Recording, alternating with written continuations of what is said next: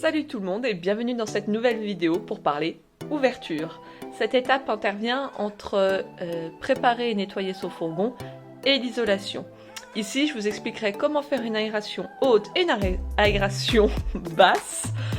Et je vous donnerai plein de petits conseils pour que tout se passe à merveille. C'est parti!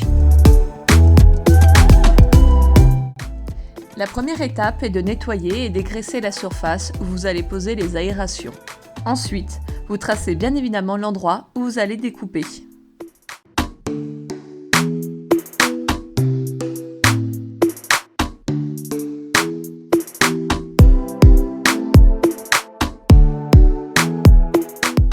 Donc, pour l'étape de placer les trous et les marquages pour la découpe, je vais vous montrer un peu plus précisément ici parce que sur la vidéo, je me suis rendu compte que je n'avais pas filmé, que je ne vous avais pas expliqué. Donc, voici l'aération basse que j'ai mise. Dans un premier temps, j'ai donc pris l'intérieur du cadre, ici, et j'ai tracé sur le camion au crayon à papier pour, en fait, c'est donc la découpe. Le trou va faire le cadre ici. Et on viendra coller avec les bords là. Le but, ensuite, c'est de percer les 4 coins ici pour placer la scie sauteuse et tracer. Voilà, les 4 trous à la perceuse serviront à mettre la lame. On n'oublie pas de se protéger.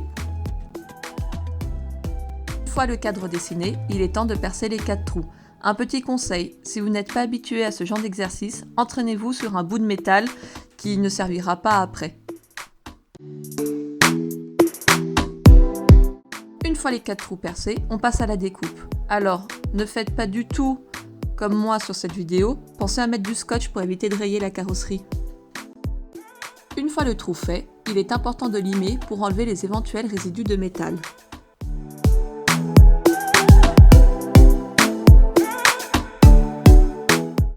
À chaque fois que vous allez faire un trou dans la carrosserie, passez 1 à 2 couches de peinture anti-rouille. Cela évitera sa propagation. Il est maintenant temps de passer au caisson d'étanchéité qui viendra se poser à l'intérieur du fourgon. Pour l'épaisseur, pensez à prendre en compte l'épaisseur justement de votre isolation, puisque là, à la fin, on viendra poser la deuxième aération pour poser le lambris autour.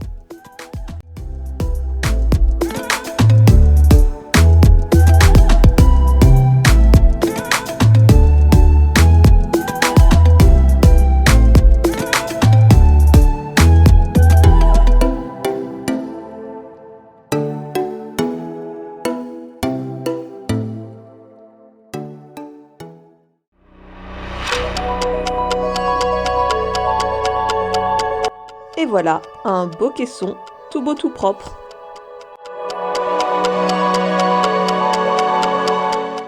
Nous perçons maintenant les trous pour poser l'aération. Je vous conseille des vis inox pour éviter les traces de rouille quand il pleuvra sur les vis.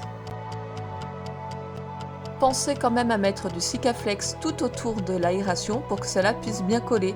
Je vous conseille aussi de mettre le mastic d'étanchéité avant de poser. On met aussi du Sikaflex sur le caisson. On vient poser le caisson au niveau des vis. Un autre petit conseil, pensez à pré-percer l'emplacement des vis dans le caisson. Cela facilitera la fixation. Et voilà, une belle aération.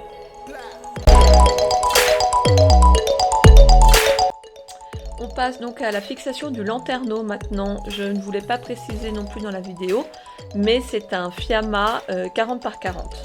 Voilà. Comme pour l'aération basse, on pense à nettoyer, dégraisser, on trouve la surface la plus plane possible et on trace notre trou. Pour le Fiamma, c'est un trou de 39 par 39 qu'il faut faire.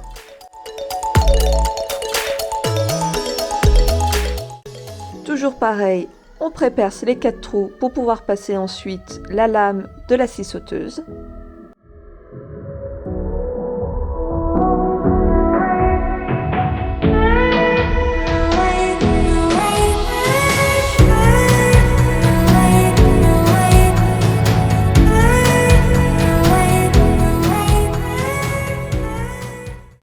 Comme vous pouvez le voir, j'ai pensé à mettre le scotch pour l'aération haute.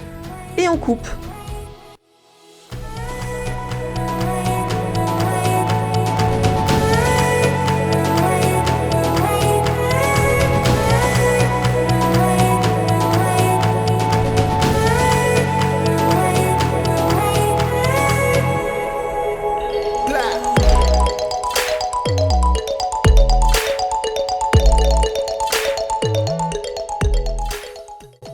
Et voilà le beau trou que ça vous fait dans votre tôle.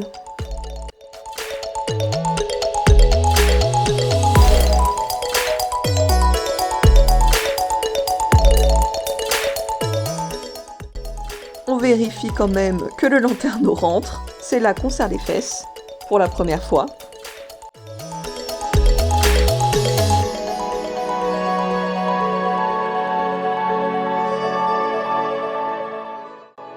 Et on lime, et on lime, et on ponce.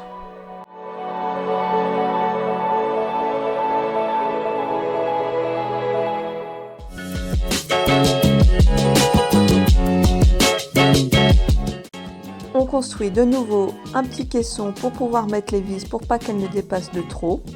Donc ce caisson viendra à l'intérieur.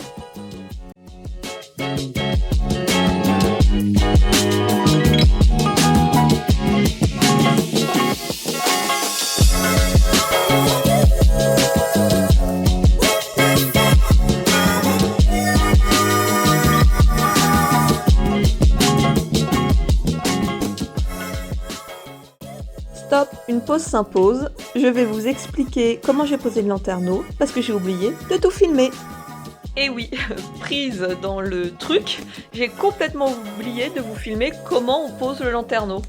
Donc, une fois que vous avez fait aussi le caisson, vous allez prendre votre lanterneau, le retourner, mettre 2 traits de Sikaflex, le mastic d'étanchéité et ensuite vous allez le poser sur le toit avant de visser.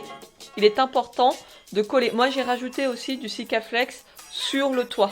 Voilà, c'est important, il faut bien qu'il colle. Et surtout, ne lésinez pas sur l'étanchéité, sur le mastic. J'ai un peu oublié et j'ai eu un petit souci d'étanchéité la première fois. Voilà, mais après j'ai tout redémonté, tout remis le mastic et ça ne fait plus. Petite information très importante pour le sens de la pose.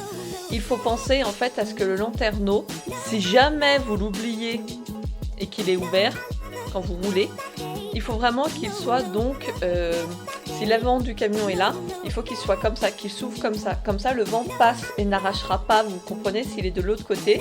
Et si vous l'oubliez ouvert, le vent ira comme ça et donc arrachera votre lanterneau.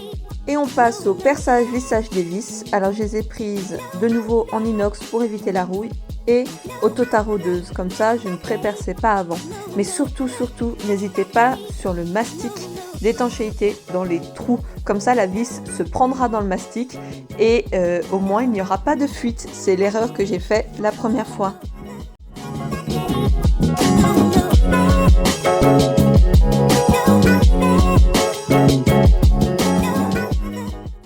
Et on ne lésine toujours pas ce mastic d'étanchéité, même à l'intérieur. Une fois sec, on visse la moustiquaire qui est intégrée et qui possède la manivelle pour ouvrir le lanterneau. Et tadam, voilà ce que ça donne. Et voilà, on en a terminé avec cette vidéo sur les ouvertures. J'espère qu'elle vous aura été utile. N'hésitez pas à me poser des questions en commentaire si j'ai oublié des choses ou si vous avez besoin de plus d'informations. À bientôt pour la prochaine vidéo qui sera cette fois-ci sur l'isolation. Salut!